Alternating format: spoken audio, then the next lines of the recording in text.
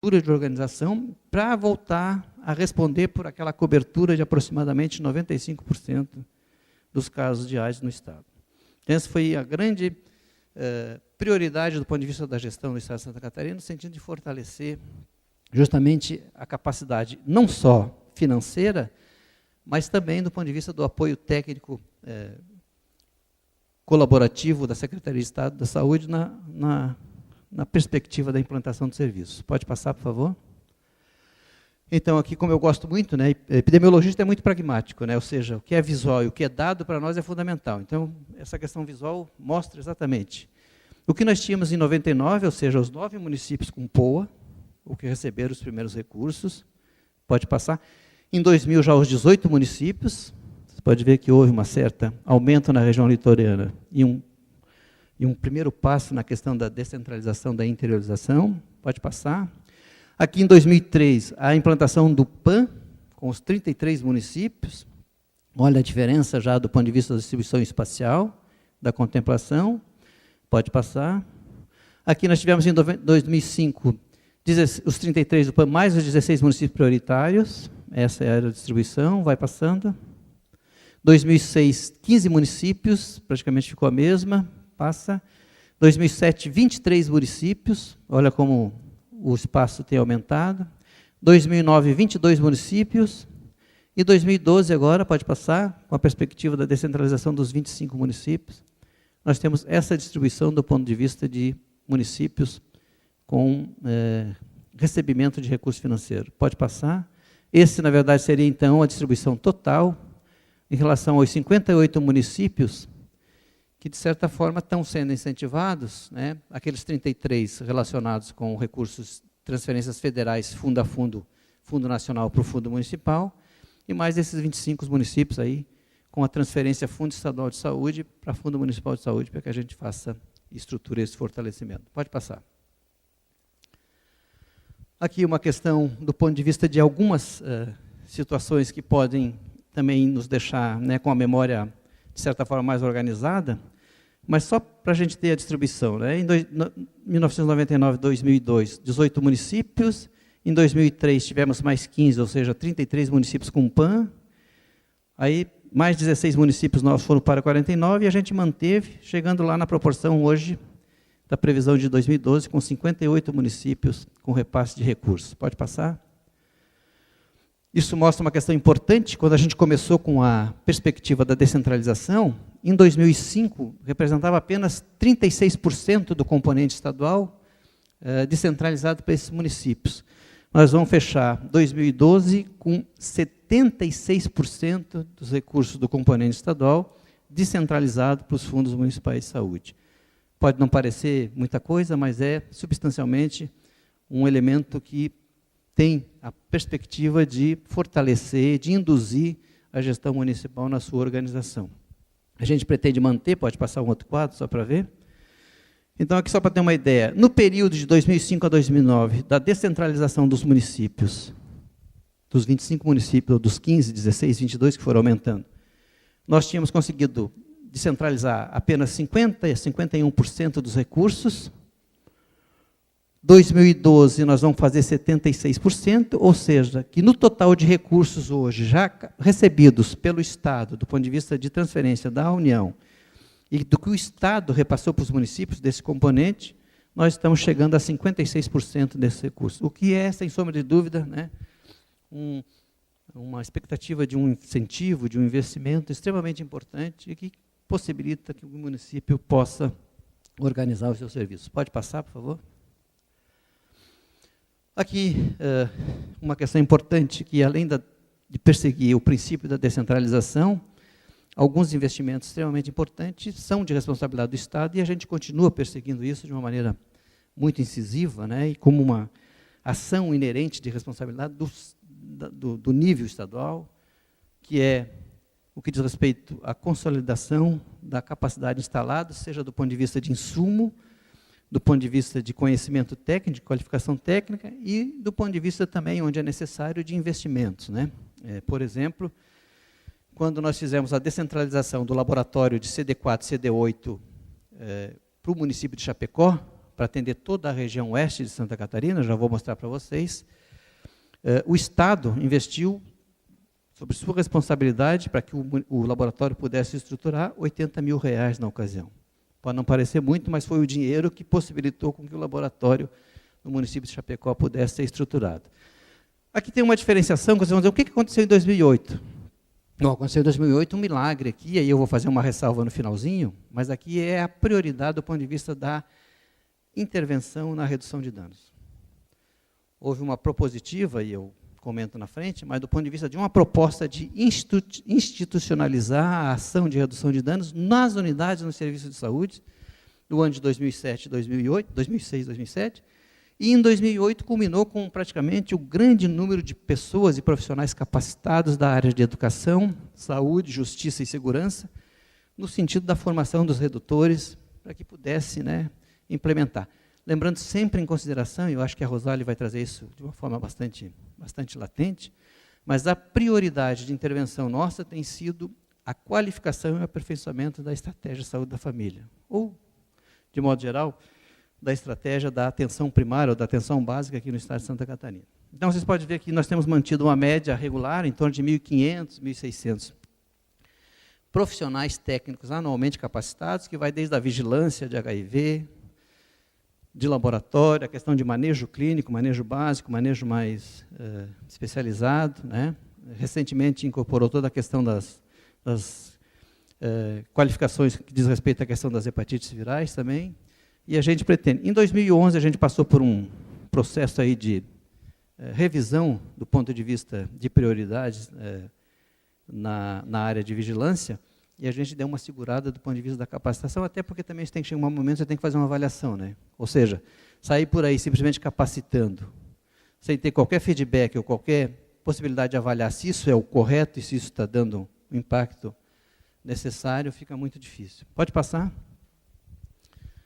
Em relação à questão dos laboratórios, uma questão que particularmente eu, pela experiência de estar vindo de uma gestão municipal, me chamou muita atenção, é que no ano, por exemplo, de 2003 e 2004, nós tivemos uma queda significativa do ponto de vista de ELISAS 1 e ELISAS 2, ou seja, diagnóstico de HIV feito no estado de Santa Catarina como um todo.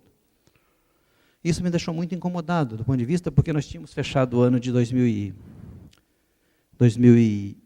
2002, com mais de 200 mil testes feitos no estado de Santa Catarina, na rede de laboratórios, seja pública ou seja privada.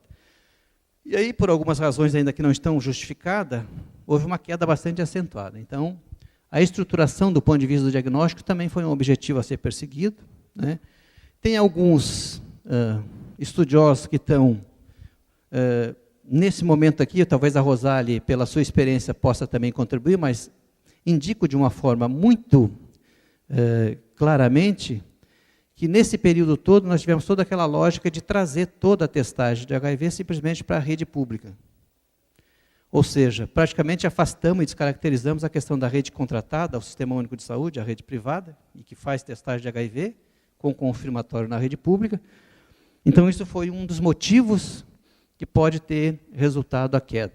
Mas nós perseguimos isso também do ponto de vista de priorização de gestão, e está ali o resultado. Em 2011, a gente voltou praticamente ou mais naquele patamar mínimo, né, de estimativa de exames que a gente realizou há praticamente 9, 10 anos atrás, o que, de certa forma, tem favorecido também o acesso para a questão do diagnóstico precoce. Pode passar. Aqui o que nós tínhamos em 2003, quando da instituição da rede de laboratórios para CD4, CD8 e carga viral, nós tínhamos praticamente 3 laboratórios aqui em Santa Catarina, o LACEN, que atendia toda a parte da região sul, do Planalto e do Oeste, o laboratório de Itajaí, que atendia toda a questão do Vale do Itajaí e do norte do estado, do Planalto Norte, e o HU, que é outro laboratório, juntamente com o LACEN, sediado aqui em Florianópolis, que atende toda a região da Grande Florianópolis, do ponto de vista desses exames especificamente. Nós ampliamos a rede, pode passar. Em 2007, a primeira descentralização aconteceu para o município de Joinville, com a implantação do laboratório regional em Joinville, no município de Joinville, é bom que vocês saibam. Esses laboratórios descentralizados, com exceção do HU, todos eles têm a característica de laboratório municipal. Então, a gente redistribuiu a questão, principalmente da região norte, da região do Planalto Norte. Pode passar. E em 2008, nós implantamos definitivamente o laboratório no município de Chapecó, que ficou responsável por toda a região do meio e extremo oeste de Santa Catarina para a realização dos exames, ficando o nosso LACEN aqui, o Laboratório Central do Estado, para fazer a questão da região do Planalto e da região sul do Estado de Santa Catarina. Pode passar. Aqui uma coisa que também me chama bastante atenção e que nós temos tentado, tecnicamente, com a equipe, implementar, mas a gente observa ali ainda uma capacidade de proporção de cobertura desses laboratórios ainda subutilizada. Nós temos praticamente o LACEN e o Laboratório de Itajaí, que nos 2 últimos anos aumentaram significativamente o número de exames, mas o próprio HU e o próprio Laboratório Joinville e Chapecó ainda continuam numa demanda, que merece ser implementada. Precisamos repensar a estratégia no sentido que a gente possa rediscutir, avaliar o que está acontecendo, se é demanda que realmente não está tendo a possibilidade de atender. Mas, de modo geral, no total do Estado de Santa Catarina, nós estamos hoje, em média, de 62% de exames de CD4, CD8 e carga viral sendo realizado nesses 5 laboratórios. Pode passar, por favor? Aqui, então, uma outra questão visual do ponto de vista da distribuição dos nossos serviços, os SAIs, Serviços de Atenção Especializada, e das chamadas unidades dispensadoras de medicamentos, as UDMs, como é que está a configuração do ponto de vista espacial no Estado.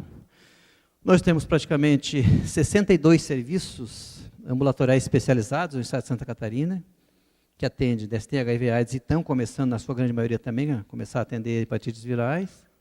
E desses, 49 municípios possuem também a questão de unidades de dispensação de medicamentos. Isso aqui é uma coisa que a gente tem que rever, porque ainda tem uma certa resistência de alguns municípios pela dificuldade de assumir a dispensação de medicamentos, deixando uma sobrecarga no município maior, no município mais próximo, que realmente não é compatível com a organização do processo de trabalho, até porque se tem SAI, se tem serviço especializado, necessariamente tem que ter a papel do farmacêutico, a pessoa do farmacêutico e o papel da assistência farmacêutica do ponto de vista da dispensação dos antirretrovirais, das infecções oportunistas e das doenças sexualmente transmissíveis. Pode passar.